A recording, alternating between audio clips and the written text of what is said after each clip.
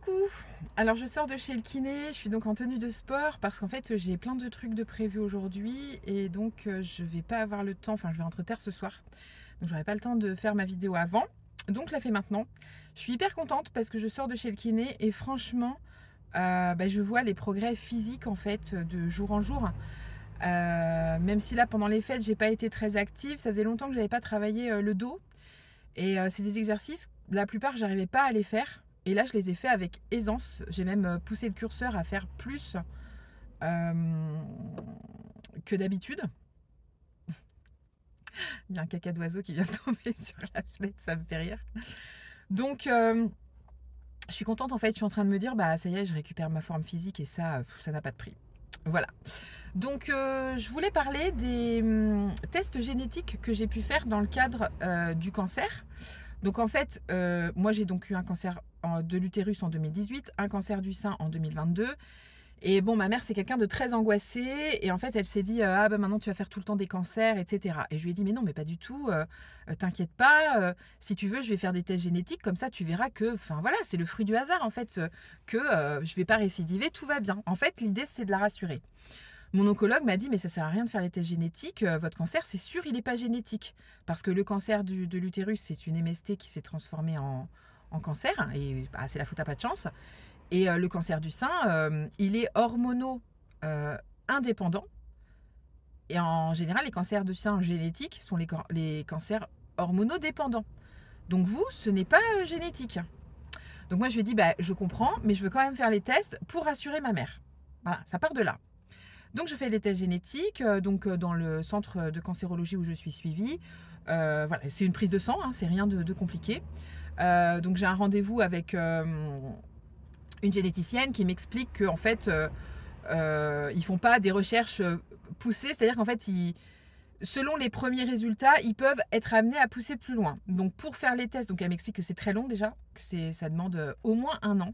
Il y a un an d'attente. Je suis ok, d'accord. Et elle me dit qu'il faut que je retrace tout l'arbre généalogique de ma famille et tous les gens qui ont eu des cancers. Je dois le noter. Donc je contacte un peu tout le monde. Donc moi j'ai ma grand-mère paternelle qui a fait 3 cancers. Donc 2 cancers du sein et un cancer du péritoine. Mais on n'avait pas tout le dossier médical. On savait juste, voilà. Sachant que on était fâchés avec cette partie-là de la famille. Donc moi j'ai pas trop suivi ces trucs de maladies et tout ça. Et puis du côté de ma mère, il y en avait quand même pas mal, des cancers voilà, du sein et autres. Voilà, donc j'envoie l'arbre généalogique, on met à jour parce qu'il y avait des éléments manquants, donc petit à petit on renvoie des infos. Et j'ai mon rendez-vous donc qui est calé pour une date bien précise. À la date bien précise, on m'appelle en me disant écoutez, c'est pas tout à fait fini, on va repousser votre rendez-vous à dans 3-4 mois, je crois. Voilà. Donc arrive le rendez-vous, donc moi j'étais sereine, hein, parce que mon oncologue m'avait dit que c'était pas possible. Donc moi j'étais sereine et j'ai dit non mais tu vois, tu vas être rassurée, ça va te faire du bien. Et ma mère hyper angoissée, j'y vais avec ma mère. Parce qu'elle pense que je vais pas lui dire la vérité pour la préserver, ce qui est parfois vrai. Donc elle vient et je lui dis non mais t'inquiète, voilà. Et quand elle me dit ouais vous avez une anomalie génétique, là je comprends pas en fait, je dis on m'avait dit que c'était pas possible. Ben c'est très rare mais vous faites partie des exceptions. Voilà, ça se passe comme ça. Donc, en fait elle m'explique que l'anomalie au gène, donc en fait il y a le BRCA1 et le BRCA2, c'est souvent ces 2 gènes-là dont on parle dans le cadre du cancer. Donc moi j'ai le gène BRCA1, donc c'est un gène qu'on a tous, qui nous protège de maladies comme le cancer. Et le mien fonctionne moins bien, enfin il a une anomalie en fait, et ça explique mon cancer du sein. Je crois que j'en ai déjà un peu parlé dans une vidéo. Du coup le BRCA1 c'est 20% de risque de récidive dans l'autre sein. Donc il y a quand même 80% que ça n'arrive pas, de chances que ça n'arrive pas. Et un pourcentage de chance, alors je crois que c'est minime, hein, mais sur les ovaires. Et je crois que je l'avais déjà dit, mais du coup le cancer des ovaires, on le détecte pas bien en fait. Quand on le détecte, c'est trop tard. Donc de là, il y a eu une discussion avec cette généticienne qui me dit que l'opération du sein, elle n'est pas systématique, enlever tout, c'est pas forcément une solution. Voilà, donc j'en discute en fait avec ma chirurgienne du sein qui m'explique pourquoi pour eux... Alors, j'entends en fait leurs arguments. Ils me disent, aujourd'hui, on détecte très bien le cancer du sein. Donc je lui dis, ok, mais imaginons que je récidive.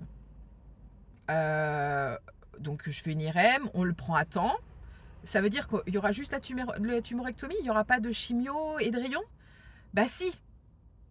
Donc moi je comprends leur idée de prévention et tout, mais moi là je viens de passer 3 ans de ma vie de galère. Bah, j'ai pas envie que ça recommence, ça me paraît logique. Sachant qu'il y a 20% de chances que ça récidive, bah ouais, il y a une petite partie de moi qui se dit, bah moi je vais faire l'opération, comme ça je vais être tranquille en fait. Enfin, ce sera plus un sujet, ça m'empêchera pas d'avoir autre chose, hein, bien sûr.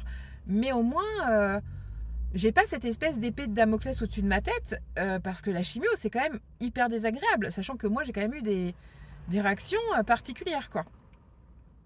Donc, donc voilà, on m'avait dit de toute façon, là, c'est pas la question, vous êtes encore en fin de traitement, c'est beaucoup trop tôt pour une opération comme celle-là, il faut l'envisager à long terme, parce que comme elle m'a expliqué, vu que moi j'ai quand même eu une grosse chirurgie du sein, parce qu'il y a eu la restructuration, j'ai une cicatrice comme ça, une cicatrice en dessous, et j'ai tout autour du téton aussi, donc c'est quand même une grosse chirurgie, même si ça s'est super bien résorbé, franchement le travail il est super beau, super bien fait. Il y a un risque en fait au moment où on met les prothèses, pardon, il y a un risque de nécrose de ce côté-là. Celui-là, il n'y a pas de souci, parce que c'est un sein qui est sain, SAIN, donc il n'y aura pas de souci, mais par contre sur l'autre, il y a quand même un risque d'infection, de choses comme ça. Donc, bah, je le fais dans un but d'aller qu'il n'y ait pas de complications, et il pourrait y en avoir. Et en fait, si la prothèse, elle prend pas, les risques, c'est quoi? Bah, pas de sein, quoi. On a enlevé tout le sein, c'est un sein plat. Bon, moi, je suis quelqu'un qui a tout le temps eu une poitrine très généreuse. Je me vois pas sans poitrine, quoi. J'ai cette chance, parce que c'est pas le cas de tout le monde, d'avoir encore mes seins. Donc je me dis, bah, est-ce que le jeu en vaut la chandelle? Donc en fait, ce que j'ai fait, c'est que tous les ans, j'ai un rendez-vous avec ma chirurgienne et on parle de ça. On voit un petit peu comment ça évolue. Euh, on avait parlé de 5 ans, d'ici 5 ans, de faire l'opération. Et moi, je m'étais dit, mais est-ce que finalement, j'ai la bonne réflexion, quoi? Est-ce que je réagis pas par peur, finalement? Sachant qu'il y a quand même 80% de chances que ça n'arrive pas. Et puis j'avais vu quelqu'un parler comme ça en disant, j'ai appris une grande chose dans la vie, c'est qu'il ne faut pas faire de choix par peur. Et je trouvais ça très inspirant et surtout je me suis dit, bah oui, moi je crois que je fais un choix par peur là. C'est peut-être pas un choix que j'aurais fait si j'avais pas peur de recommencer, quoi. Si les traitements n'étaient pas aussi lourds, est-ce que je le ferais? Non, certainement pas. Donc je me suis dit, bah, peut-être qu'il faut que je reste sur l'opération normale. Donc en fait, ce qui était prévu, c'est que du coup, on refasse le sein de la même façon que l'autre. Et pour ça, il fallait attendre la fin des traitements. Donc c'est pour ça que j'ai un petit sein, un moyen sein et un gros sein. Et on attend, j'attends. Donc là, je sais toujours pas ce que je vais choisir.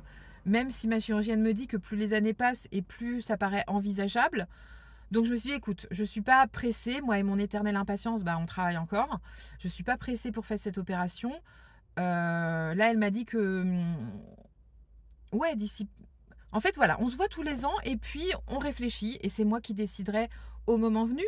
Ça reste dans ma tête quand même, cette histoire de prothèse, de me dire, ben, je serai tranquille en fait. Mais, encore une fois, si au moment où j'ai cette envie de le faire, bah, c'est risqué, je risquerai pas. Je ne vais pas être inconsciente et risquer quelque chose qui va amener des complications. Comme je dis, j'ai suffisamment souffert physiquement jusqu'à présent pour pas aller dans ça, quoi. Voilà. Du coup, l'annonce génétique, ben, c'est aussi en parler à sa famille parce que du coup, donc c'est de ma grand-mère paternelle, hein, c'est elle qui a un gène, qui l'a transmis donc à mon père. Les hommes, quand ils ont ce gène, parce que les hommes ont le BRCA, hein, c'est le cas de mon père, il a cette anomalie aussi au gène BRCA1.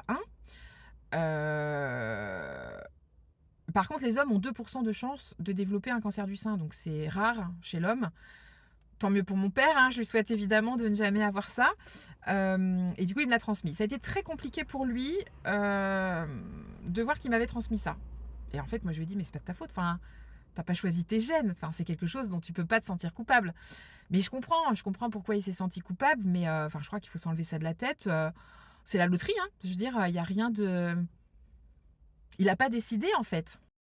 Alors du coup, pour savoir que ça venait du côté de mon père, mes deux parents ont dû faire, une fois que j'ai eu les résultats de oui, j'ai une anomalie au BRCA1, il y a eu donc mes deux parents ont fait une prise de sang pour savoir lequel des deux voilà, bon, moi je savais que c'était mon père, hein, parce que quand j'ai su que ma grand-mère avait eu 2 cancers du sein et un cancer du péritoine, le péritoine c'est quand même la zone à côté des ovaires, je me dis bah ce serait logique en fait.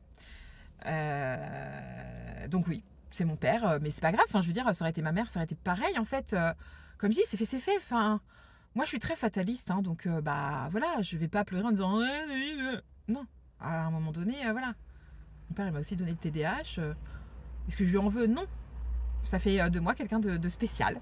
Voilà. Donc, bah non, ça sert à rien de culpabiliser, c'est la faute à personne. Lui, il n'a pas choisi non plus de l'avoir, ma grand-mère non plus, et certainement mes arrière-grands-parents non plus. En tous les cas, maintenant qu'on sait ça, bah, du côté de mon père, a été la question de bah, le dire à tout le monde pour qu'ils puissent faire les tests. Moi, j'ai quand même beaucoup de femmes, du coup, dans ma famille. Mon père, il a une sœur. Cette sœur, elle a une fille, donc ma cousine. Et ma cousine a une fille, ma petite cousine.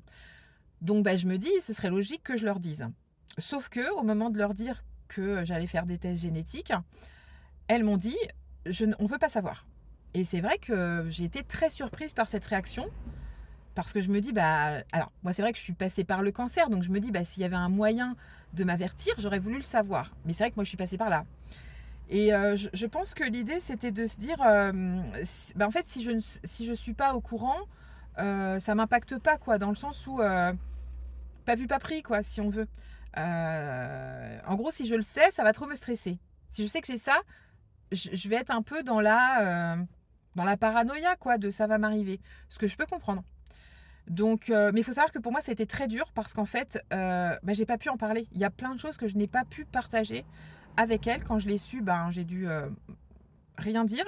Faire attention toujours aussi à mon discours parce que moi, j'ai pas trop de filtre. Je suis quelqu'un de très spontané, donc je réfléchis pas trop avant de parler. Et du coup, bah, je devais faire attention. Il y a des fois où j'ai fait des vocaux où j'ai dû les effacer en me disant merde, voilà, j'ai fait une gaffe. Donc c'était compliqué pour moi. Il se trouve que le hasard de la vie a fait que mon père a fait une gaffe. Bon, c'est le TDAH, hein. On n'a pas de filtre, donc c'est compliqué. Il a fait une gaffe auprès de ma tante. Donc du coup, ma tante, voilà, elle le savait. Donc j'ai pu en parler avec elle. Mais ma cousine ne voulait pas. Et puis, un jour, elle a eu un rendez-vous avec, je ne sais plus, un thérapeute qui lui a dit, bah, vu votre passé familial, enfin notamment de votre grand-mère, ce serait peut-être bien faire des tests génétiques. Et bah, elle lui a dit, bah, ma cousine, en fait, elle en a fait. Elle me fait, bah ouais, ce serait bien d'avoir les résultats. Donc, il n'y a pas longtemps, là, elle m'a demandé les résultats et j'avoue que ça m'a beaucoup soulagée. Et j'ai aussi compris que, enfin, celle qui m'a expliqué ça, qu'il y a une histoire de temporalité, c'est que moi, c'est vrai que comme je suis fataliste, je prends les infos comme elles viennent et j'assume, quoi. Je suis très comme ça. Mais c'est pas le cas de tout le monde. Il y a des gens qui ont besoin de plus de temps pour assimiler les choses. Et là, en fait, elle était prête. Voilà. Donc, bah, les tests sont en cours. Je ne sais pas si pour elles, c'est le cas. Et vraiment, je leur souhaite pas, hein. Et j'espère qu'il n'y aura rien et que du coup, elles auront l'esprit tranquille et tout ça. Mais s'il y a quelque chose, en fait, ce qui est cool, c'est qu'elles vont être ultra surveillées. Donc, ça va être pris à temps. Parce que moi, par exemple, j'ai eu un truc quand même bien dégueulasse. Bah, j'aurais pas été contrôlée de mon précédent cancer. J'y passais, en fait. Donc, moi, je trouve que la prévention, c'est top. Et avoir cette possibilité d'être dépistée, bah, c'est bien. Maintenant, je comprends que ce soit difficile et que chacun bah, voit midi à sa porte. Mais encore une fois, je pensais aussi à sa fille. Parce que c'est ça, c'est elle veut pas savoir, mais... Et sa fille. Enfin, voilà, faut penser aussi à ceux d'après, quoi. Donc moi, je pense que ces tests génétiques sont bien. Je regrette tellement pas de l'avoir fait. Et si vraiment j'ai un conseil à vous donner, écoutez-vous. Parce que si moi, j'avais pas insisté pour le faire, ben, je n'aurais pas connaissance de ça. Et je ne serais pas aussi contrôlée que je le suis aujourd'hui. Enfin, si, parce que là, je suis post-cancer, donc oui. Mais ça se serait espacé au fur et à mesure du temps. Or, moi, je suis quand même à haut risque. Donc, je vais avoir des contrôles, moi, je crois que c'est tous les 6 mois ou tous les 4 mois, je ne sais plus. Je crois que c'est 3 fois par an, en fait, je vois quelqu'un. J'ai soit l'IRM, soit le scanner, soit la mammo. Enfin, il y a une année, une année dans l'année où j'ai vraiment tout le bilan. Et puis, je suis à chaque examen palpée régulièrement. Voilà, donc je pense que c'est bien, en fait, de faire ça.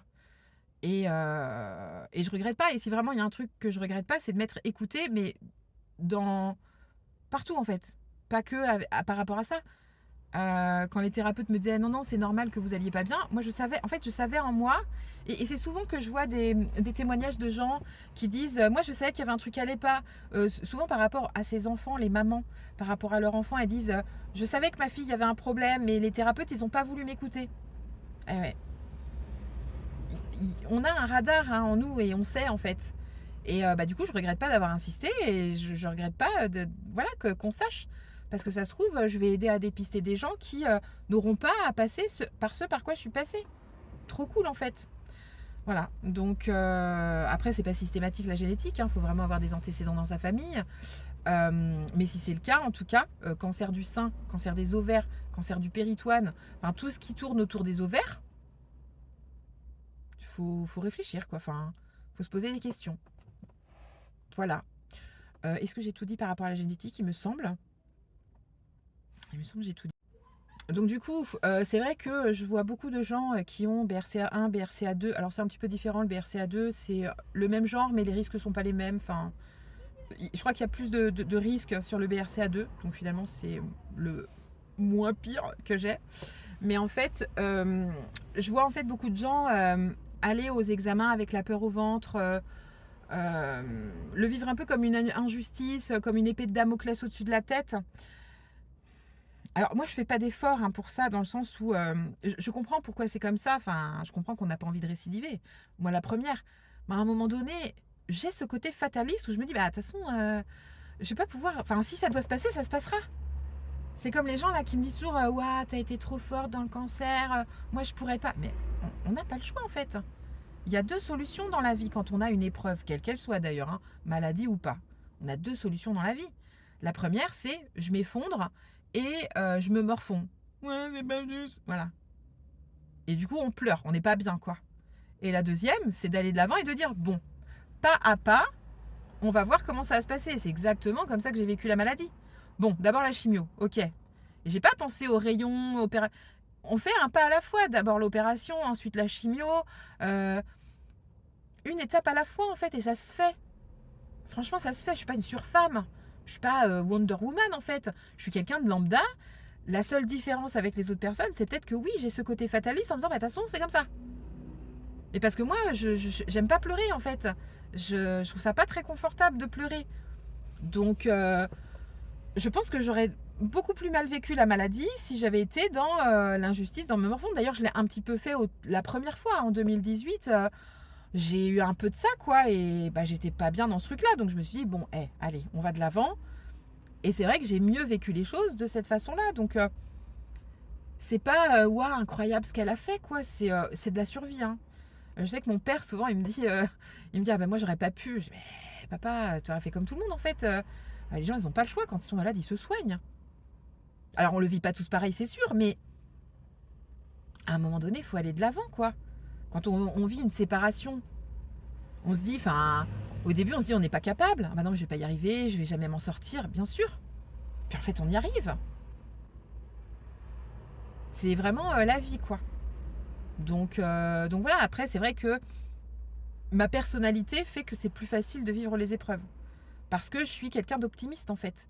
Et ça, encore une fois, je suis née comme ça, c'est dans mon ADN. C'est pas quelque chose que j'ai travaillé. Parce que quand on est NAIT pessimiste, évidemment que c'est beaucoup plus difficile de gérer ce genre de choses. On va pas se mentir. Mais je pense que c'est comme tout, ça se travaille. Moi, je suis quelqu'un d'exigeant avec moi-même, mais j'y travaille. Et je pense qu'on peut arriver à de très bons résultats. Voilà, sur ce, je pense que j'ai tout dit. N'hésitez pas à poser des questions si j'ai oublié des choses, si... voilà, moi j'ai pas de tabou, hein, ça je tiens à le dire. J'ai vraiment pas de tabou, je parle de tout parce que je pense que ça fait avancer en fait. Voilà, donc je vous fais des gros bisous puis je vous dis à demain. Je sais pas de quoi on parlera, ce sera la surprise. À bientôt.